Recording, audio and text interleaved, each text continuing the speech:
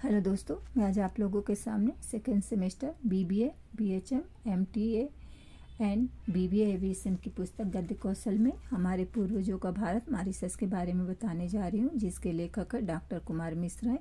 तो कुमार मिश्र का थोड़ा सा जीवन परिचय जान लेते हैं। तो इनका जन्म है 17 जुलाई 1980 को ग्राम बेलसोई पोस्ट वडवारा में हुआ था और इन्होंने 27 राष्ट्रीय शोध पत्र और 11 अंतर्राष्ट्रीय शोध पत्र इनके पब्लिश हो चुके हैं और इन्होंने बहुत सारे देशों की यात्रा की है, जैसे भूटान, दक्षिण कोरिया, मॉरिशस।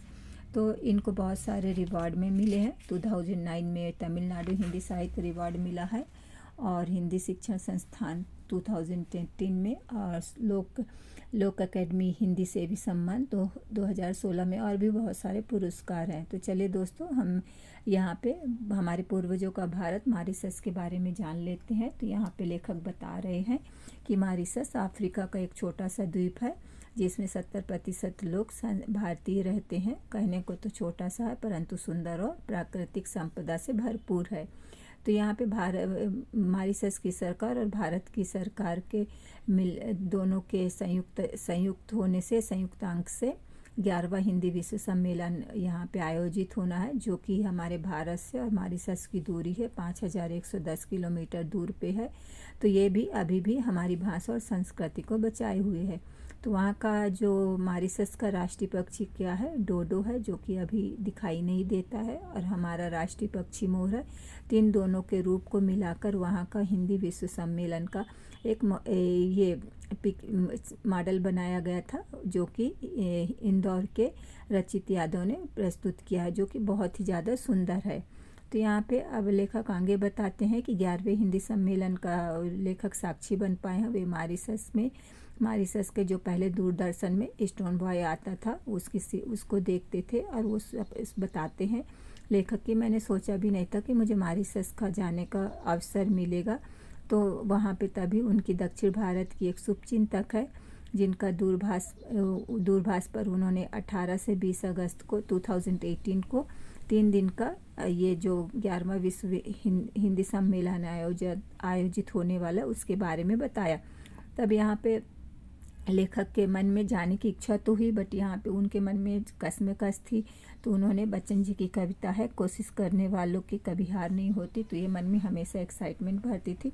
और यहाँ पे लेखक जो हैं हमेशा तिरुपति बालाजी को मानते हैं, उन्हीं पर इनकी श्रद्धा रखते हैं और उनका नाम लेते हैं तो उनका सारे काम बन जाते हैं, क्योंकि उनमें बोलते हैं कि जिस तरह से हनुमान जी राम के सारे काम बना देते थे, उसी तरह बालाजी मेरे हर काम को बना देते हैं। तो मैं हमेशा वो उनसे वो बताते हैं कि मैं हमेशा उनसे शरणगत होकर मांगता ही रहता हूँ और हमेशा वो मुझे देते ही रहते हैं। तभी प्रोफेसर अलका धनपत जी का फ़ोन मॉरिशस से आया कि मुकेश जी, जयपुर का एक विरोजा समूह है, वह मॉरिशस जाने वालों के लिए कार्य कर रहा है, आप भी कोशिश करिए। तो लेखक ने बोला ठीक है, मैं कोशिश करता हूँ। बट यहाँ पे लेखक बताते हैं कि कुछ तो हम परिस्थिति के दास होते हैं, कुछ पारिवारिक परेशानियाँ होती है, कुछ हमारी सिचुएशन समय नहीं आती है। तो यहाँ पे लेखक एक प्रोवर्ब्स देते हैं कि मन के हारे हार है, मन के जीते जीत। तो आखिर ये सब सोचकर उन्होंने 29 जून 2018 को विरोजा समूह के अकाउंट में 20,000 रुपये फर्स्ट इंस्टॉलमेंट्स उन्होंने भरकर अपनी सीट बुक कर ली थी। तो यहाँ पे लेखक बताते हैं कि 2012 तक मैंने बहुत सारे 2012 के बाद उन्होंने कोई भी विदेश यात्रा नहीं की थी। बड़े धर्म संकट में थे कि कैसे जाऊँगा, क्या नहीं जाऊँगा। बट पहले उन्होंने नेपाल, भूटान, दक्षिण कोरिया आदि सभी का यात्राओं का उनको अनुभव है। तो यहाँ पे अब लेखक सीट बुक तो करा चुके हैं, तो इसमें कोशिश करने लगे कि हम अपनी तैयारी करने लगे।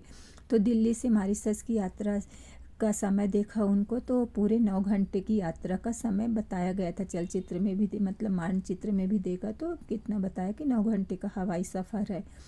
तो यहाँ पे संजय गौड़, प्रभास शर्मा जो कि दो स्तंभ पूरी यात्रा का कार्यभार संभाल रहे थे। तो 11वें विश्व हिंदी सम्मेलन की सूचना उनको व्हाट्सएप में बताई जा रही थी। तो पूरे 2 महीने के बाद 16 अगस्त 2018 का वह दिन आ गया था, शुभ दिन आ गया था, जिसमें से विरोजा समूह के सभी लोग, जितने की भी 20 लोग थे, उन लोगों ने क्या किया, मॉरिशस के एयरवेज विमान MK745 745 में लेखक की सीट नंबर थी 25 है, उसमें वो बैठ गए और सभी लोग बहुत ज़्यादा एक्साइट थे।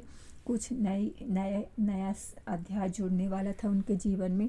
तो लेखक यहाँ पे बता रहे हैं कि कुछ पुराने चेहरे दिखे तो कुछ नए चेहरे दिखे, तो कोई कुछ ही घंटों में, कुछ ही मिनटों में सब लोगों को अपना बनाने की कोशिश में लगा था। तो यहाँ पे लेखक बताते हैं कि लेखक को घर छोड़े बहुत समय हो गया था और घर की यादों में खो जाने की लेखक की आदत भी थी। काम, समय, परिस्थिति और व्यवस्था के वजह से वो कभी मतलब बहुत बार समय के हिसाब से घर नहीं जा पाए थे। तो यहाँ पे बता रहे कि मैं मॉरिशस के बारे में पढ़ ही रहा था, तभी हवाई एयर होस्टेस जो है सूचनाकर्ता ने सूचना दी कि सभी यात्री अपनी अपनी सीट बेल्ट बांध ले, क्योंकि विमान जो है अब गति पकड़ने वाला है। तो यहाँ पे उस थोड़ी देर में विमान जो है एयरप्लेन आसमान में उड़ गया और थोड़ी देर में लेखक वहाँ पे सो गए। सोने के बाद वहाँ जब उठे तो सच्चे प्रोफेसर सदानंद गुप्ता और कालीचरण दिखे। तो 9 घंटे किस तरह से बीते उनको लेखक बता रहे कि पता भी नहीं चला। जब आँख खुली तो पोर्ट लुई एयरपोर्ट पर पहुँचे थे। एयरपोर्ट में जो भी हमारी औपचारिकताएं होती हैं वो करने के बाद लेखक जब बाहर आए तो उन्हें प्राकृतिक ऐसा सुंदर दृश्य दिखा, तो उन्हें केरल, कर्नाटक ये इन सब की याद आ गई। थोड़ी ही देर में एक बहुत बड़ी बस आ गई जो 20 लोग दिल्ली से बैठे थे मॉरिशस जाने के लिए। वो लोग उस होटल पे बैठ गए और होटल सिल्वर बीच के लिए उनकी जो उनको रुकने का स्थान बनाया गया था वो होटल सिल्वर बीच के लिए था। तो बस वहाँ सिल्वर बीच के लिए चले। तो जो बस थी कभी पगडंडियों से, कभी मोड़ से, ऐसे कहीं गन्ने के खेत से, इस तरह से जा रही थी। तो उसी समय वहाँ की गाइड मैडम पूनम थी, वो पूरे वीक का प्रोग्राम बता रही थी। तो उसी समय जो ड्राइवर था उन्होंने गाना बजाया। गाना कौन सा बजाया था? राफ्ता राफ्ता आँख मेरी लड़ी है, और ये है तुम पास आए हम मुस्कुराए, और कुछ कुछ होता है, ऐसे गाने बजाए। और ये सब चीज़ों का आनंद लेते हुए वो लोग कहाँ पे पहुँच गए? होटल सिल्वर बीच पहुँच गए। तो जैसे ही सिल्वर बीच पहुँचे तो उसके सामने ही समुद्र था और समुद्र उनको अपनी आवाज़ से अपनी तरफ आकर्षित कर रहा था। तो पोर्ट लुई एयरपोर्ट से और होटल सिल्वर बीच तक पहुँचने के लिए मतलब लोगों को, लेखक की बस को 1.5 घंटे लग गए।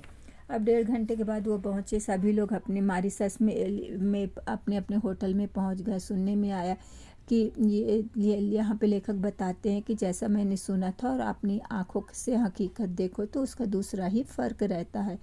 तो यहाँ पे होटल में लेखक को कमरा नंबर 407 मिला था और जिसके जो रूम पार्टनर थे डॉक्टर सुधीर सोनी थे, जो कि बहुत ही ज़्यादा हेल्पफुल और स्मार्ट फोटोग्राफर थे। तो थोड़ी देर के बाद सभी ने अपने कपड़े बदले और कहाँ चले गए? समुद्र की तरफ, क्योंकि समुद्र उनको अपनी तरफ आकर्षित कर रहा था। तो कभी समुद्र उनके साथ खेल रहा था, उनका पानी, उसके समुद्र की लहरें कभी सभी लोगों को भिगो कर जाती थी, कभी पास आती थी, कभी। तो इस तरह लेखक के जितने भी फ्रेंड वहाँ पे गए थे 2 घंटे तक खेले। फिर शाम हो गई। तो शाम होने के साथ मतलब ये सूर्य बता रहा कि अब शाम हो गई, तुम लोग अपने होटल में लौट जाओ और कल फिर आना। तो ऐसा करके हम अपने आप को थके महसूस कर रहे थे और हम कहाँ पे चले गए? अपने होटल पे चले गए। और सभी और जब रात के खाने का समय आया तो करीब हमने सभी को अच्छे से जाना और वहाँ पे केशव, अखिल शुक्ला, डॉक्टर सुधीर को ज़्यादा करीब से जानने को मौसम मिला। वहाँ पे लेखक बता रहे हैं कि महिलाओं की, पुरुषों से अपेक्षा महिलाओं की संख्या अधिक थी और सभी ने उत्तर भारतीय व्यंजन को हमने टेस्ट चखा। तो मॉरिशस में गानों का आनंद भी लिया, और पर संगीत समझ में नहीं आ रहा था, सिर्फ उसको क्या कहते हैं उसके मतलब म्यूजिक ही समझ में आ रही थी। तो लगभग 11 बजे लेखक लोग अपने कमरे में आकर सो गए। जब 18 अगस्त को प्रथम सुबह हुई तब वहाँ पे उन्होंने मॉरिशस का सूर्य देखा। मॉरिशस को सूर्य देखने के बाद उन्होंने अपने आप को भाग्यशाली समझा कि हमारे पूर्वज जो थे बलिया, पंडरौना, दरभंगा, छपरा, आजमगढ़, यहाँ गोरखपुर आदि के लोगों ने यहाँ पे आसपास अपने मतलब जो यहाँ के लोग मॉरिशस में आए थे उन्होंने सभी लोग मिलकर, इंडियंस लोग मिलकर एक दूसरे दूसरे भारत की कल्पना लेकर मॉरिशस में आए हुए थे। आज फिर हम लोग 2018 में उनसे मिलने यहाँ पे उपस्थित हो गए हैं। तो 11वें हिंदी विश्व सम्मेलन के बहाने हर समय हमारा जो है कल का इतिहास बनता जा रहा था। हम सभी भी इतिहास में अंकित हो रहे थे। तो लेखक बता रहे हैं कि 7:30 बजे होटल के नाश्ते स्थल पर हम पहुँचे और होटल की जो वेटर थी मालिनी सभी का अभिवादन किया, नमस्ते की। बिल्कुल उनकी जो ड्रेस थी वेस्टर्न ड्रेस में थी और तरीका पूर्णतः भारतीय था। तो मैं उत्तर भारतीय, हाँ सारे हम उत्तर भारतीय थे जो कि अपनी चीज़ों पर ही विश्वास रखते थे। तो इसलिए हम सभी लोगों ने अपने उत्तर भारत खाना ही खाया, जैसे आलू का पराठा, भुजिया सब्जी, पनीर, आलू गोभी की सब्जी। ये खाकर समय के हिसाब से हम 8:30 बजे अपनी यात्रा शुरू करने की शुरू की। और वहाँ पे देखा, जब यात्रा किए तो हरे हरे ताड़ के वृक्ष लगे साइड में लगे हुए थे और समुद्र के किनारे हम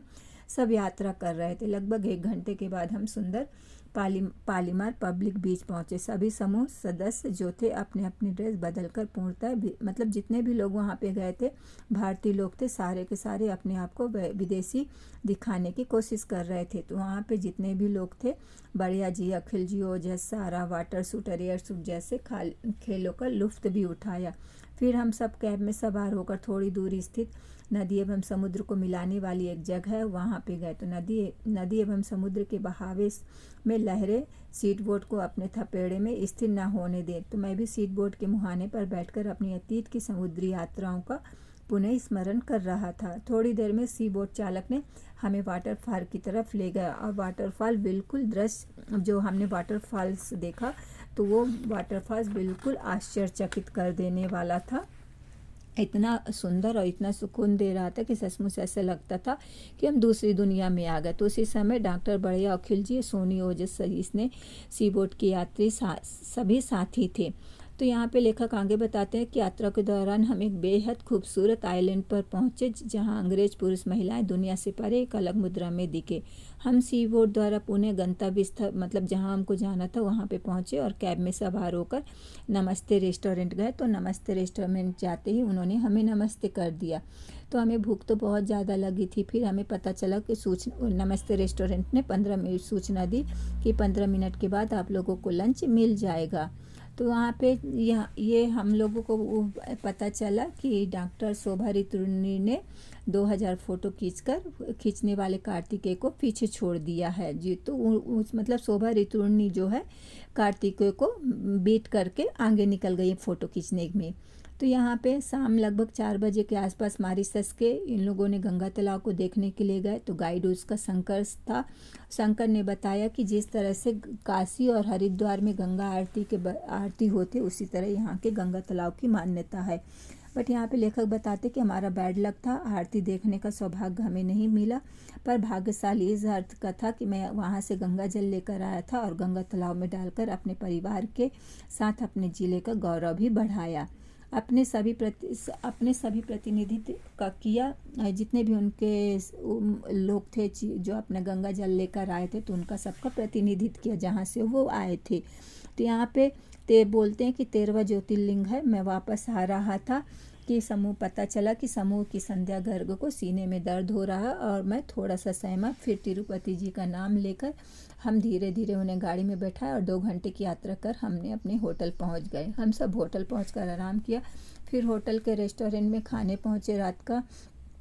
रात के डिनर के लिए वेटर पूरे आधुनिक परिधान में था। हमने सबने खाना खाया और मॉरिशस के प्रसिद्ध नृत्य सेंगा डांस का लुत्फ भी उठाए थे।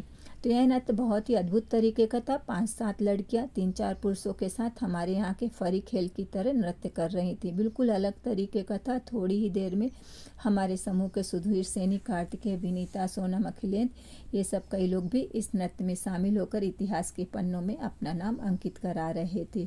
तो रात को 11 बजे सब लोग हम आपस में अपने अपने कमरे में जाकर सो गए। तो 17 अगस्त को सुबह 7:30 बजे सभी हमारे प्रतिभागी जितने भी थे सारे नाश्ता करके 24 सीट वाली कैब में अपने अपने स्थान पर बैठ गए और 11वें हिंदी विश्व सम्मेलन के लिए पोर्ट लुई स्थित स्वामी विवेकानंद पर पहुंचकर इतिहास के पन्नों पे अपना नाम रेखांकित करने के लिए आगे आए। तो तो यहाँ पे गाइड शंकर ने अंताक्षरी खेला। अंताक्षरी का आरंभ किसमें से हुआ था? काले हैं तो क्या हुआ दिलवाले हैं। फिर दूसरा गाना हुआ था तू पसंद है किसी और की, तुझे चाहता कोई और है। और तीसरा गाना ये हुआ था, ये अंताक्षरी चल रही थी, चूड़ी नहीं ये मेरा दिल है, रात मस्तानी जल गए दिए।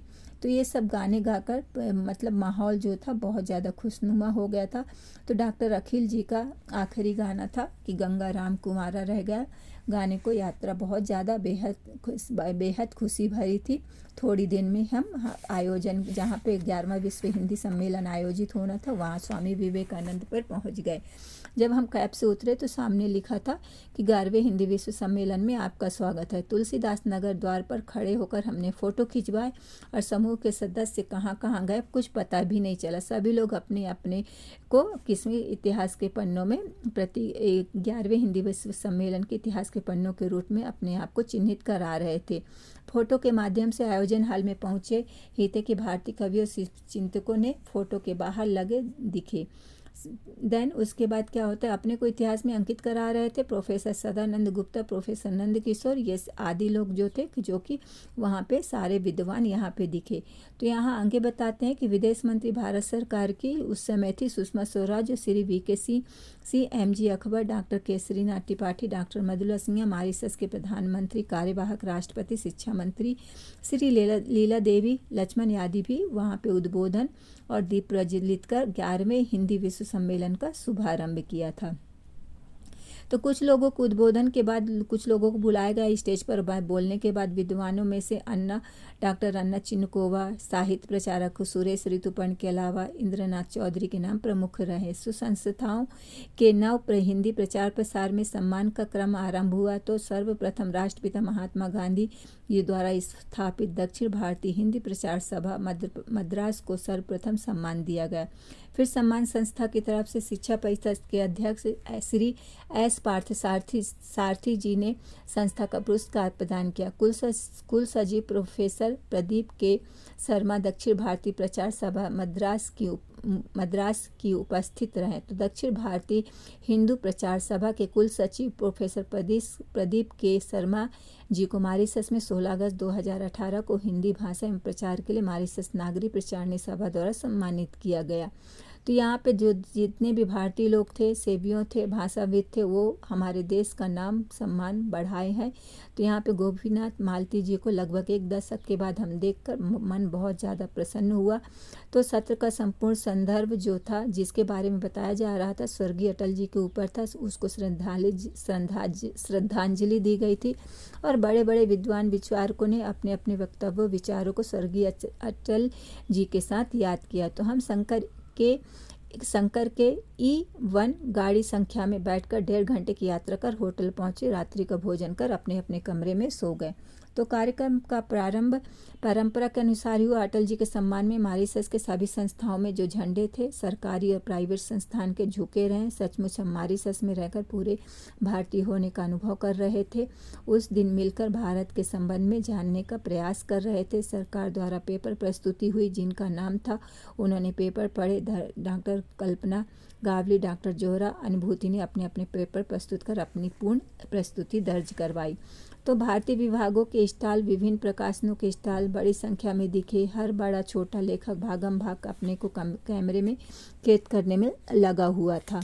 तो यहाँ पे आगे बताते हैं कि यहाँ पे जो हम लोगों ने हिंदुस्तानी जो नागरिक थे इसी दिन पीली संदूरी कुर्ता पैजामा पहने शांत स्वभाव में प्रोफेसर प्रदीप के शर्मा जी, डॉक्टर प्रदीप सिंह, पूर्व कुलपति रानी दुर्गावती विश्वविद्यालय के साथ दिखाई दे।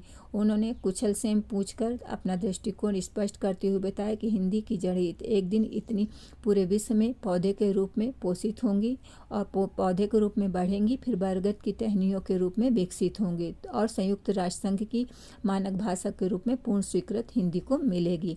मैं फिर वहाँ से चलकर आगे बढ़ा तो प्रोफेसर सुरेश ऋतुपर्ण से मिलना हुआ और भोजन की अव्यवस्था से झल्लाकर मैं शंकर गाइड थे उसकी गाड़ी E1 में बैठकर किसी तरह होटल पहुंचा। लगभग 6 बज गए थे। तो 7:30 बजे पूनम गाइड हमें आयोजित स्थल पर ले जाने के लिए आई। हमने अपना स्थान ग्रहण कर तीसरे दिन का आयोजन आखिरी दिन लोगों में कुछ लौटने की व्यवस्था थी, कुछ सीधे फ्लाइट पकड़ने को, कुछ अपने ही जद्दोजहद में लगे हुए थे। मैं उस दिन थोड़ा सा उदास था क्योंकि आखिरी दिन था उस दिन। तो मैं ये भी लगा था कि मैं पूर्वजों ने हमारे कितने जद्दोजहद से इस देश को विकसित किया, किंतु समय केवल अपना सामान चादर ही बुनता है, हम उसको बुनकर ही रहते हैं, हम उस चादर में लिपट कर सुकून महसूस करते हैं। तो 11वां हिंदी विश्व सम्मेलन मॉरिशस में तीसरी बार आयोजित होकर जहां इतिहास के पन्नों में रेखांकित हो रहा था, वहीं हमें अपने पूर्वजों के देश से पुनः वापस आने का गर्व भी महसूस हो रहा। तो अगले दिवस जो हमारे पूर्व दिन घूमने का था, 7:30 बजे हम नाश्ता कर गंगा तालाब की ओर निकल पड़े। पहले दिन हमने गंगा तालाब नहीं घूम पाने के कारण फिर पुणे गंगा तालाब गए थे। तो गंगा तालाब पहुंचने पर संपूर्ण समूह ने कैमरे में माँ दुर्गे तथा भगवान शंकर की जो 110 फीट की मूर्ति थी उसका फोटो निकाला और इतिहास के पन्नों में अपने आप को अंकित कर ली। हमने गंगा तालाब का दर्शन किए। यहाँ के मॉरिशस लोगों द्वारा क्रियोल भाषा का प्रयोग करते हैं, जिसमें उन सभी भाषाओं का मिश्रण जिन्होंने कभी मॉरिशस पर राज्य किया था। भोजपुरी और खड़ी बोली हिंदी लगभग सभी जानते हैं। सभी हिंदू परिवार के घर में प्राय छोटा सा मंदिर भी मिल जाता है। वहाँ पे टूरिज्म, गन्ने की खेती, टेक्सटाइल आदि जैसे जो साधन है जो कि उनके जीवन चलाने का मुख्य आधार है। एक मॉरिशस से मिला तो बोलते हैं उसने एक भोजपुरी में गाना लेटेस्ट गाया था, घरे में नहा ले खा ले, सुनाकर सबको बहुत ज़्यादा मुक्त कर दिया। उसी दौरान मॉरिशस बिग बाज़ार का भ्रमण किया तो वहाँ पर डोडो नाव पर्स के अलावा हमें और कोई अच्छी चीज़ नहीं दिखी। सब जो हमारे दिल्ली के रेडीमेड बाज़ारों में मिलता वही सब दिखा। तो थोड़ी देर में हम कैब में बैठकर कैब हमें ऐसा स्थल पर ले गई जहाँ की भूमि सूर्य की किरणों से 7 रंगों में बदल जाती है, जो कि मैं प्राय इंटरनेट में देखता रहता था, पर आंखों के सामने देखकर वास्तविकता का अनुभव किया। फिर हम होटल सिल्वर बीच के लिए प्रस्थान गए। 6:30 बजे हम होटल आ गए। शाम के बारिश ने दस्तक दी और हमने रेस्टोरेंट में बैठकर चाय की चुस्की ली। मैं, सोनम, कार्तिकेय बैठे बैठे रात हो गई। रात का खाना भी हमने वहीं पे खाया और फिर मॉरिशस को आखिरी दिन के रात का महोत्सव आरंभ हुआ। डॉक्टर सोनम, डॉक्टर सुधीर, कार्तिकेय आदि ने फिल्मी गानों का समा बांध दिया। पुराने और नए फिल्मों के गानों से मॉरिशस की रात रंगीन हो गई। रात ज़्यादा होने के कारण मैं 11:30 बजे अपने होटल के कमरे में आकर सो गया। तो यहाँ पे आगे बताते हैं कि अंतिम दिन था, हमें अपने स्वदेश लौटना था और पूर्वजों से बिछड़ने का दुख भी था। तो बट समय किसी के लिए नहीं रुकता, समय हमेशा बदलता रहता, चलता रहता। हमारा दिन भी इतिहास बनता। आज वही दिन था जब हम सब बिना मन के स्वदेश जाने की तैयारी कर रहे थे। तभी पूनम जो है एकदम हवाई जहाज की तरह आई और बोले कि 10:30 बजे आप लोगों को होटल छोड़ने को हुआ। तो यहाँ पे जिसको खाली करना था वो पहले से ही तैयार होके बैठे थे और हमने कैब पर सवार होकर 2 घंटे की हवाई यात्रा कर पोर्ट लुइस शहर पहुंचे। वहां हमने किले का भ्रमण किया। कहा जाता है कि अंग्रेजों ने जब फ्रेनों से लड़ाई की थी तब यह किला बन रहा था। वह छोड़कर भागे। यहाँ से पूरा पोर्ट लुइस शहर दिखता है। तो अप्रवासी घाट का दर्शन कर हम सब अभिभूत हो गए। इस तरह से परेशानियों का सामना कर पूर्व भारत के निर्माण की परिकल्पना लेकर मॉरिशस आए। विभिन्न मुद्राओं में अंकित चित्रों से हमें यह जानकारी मिली। हम एयरपोर्ट पहुंचकर भारतीय रेस्टोरेंट में खाना खाया और कैब में बैठकर शहर का भ्रमण कर रहे थे। कभी समुद्र में लगे जहाज की तरफ खड़े होकर चित्र खींच रहे थे तो कभी चहकती चिड़ियों को दाना खिला रहे थे। फिर वह शाम आ गई जब हमें एयरपोर्ट पर पहुंचना था। तो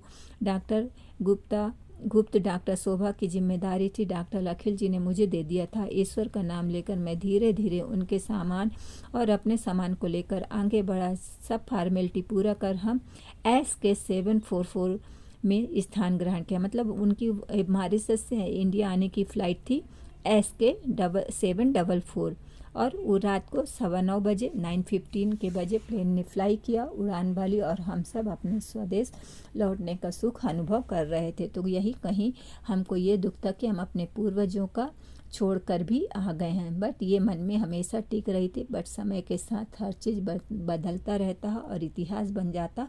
वैसे भी हमारा मॉरिशस का जो सफ़र था इतिहास के पन्नों में अंकित हो गया। तो दोस्तों, ये रहा हमारे पूर्वजों का भारत मॉरिशस का जो यात्रा वृत्तांत था वो ये यहीं तक था। आप लोगों को कैसा लगा कमेंट्स करके ज़रूर बताइएगा। धन्यवाद।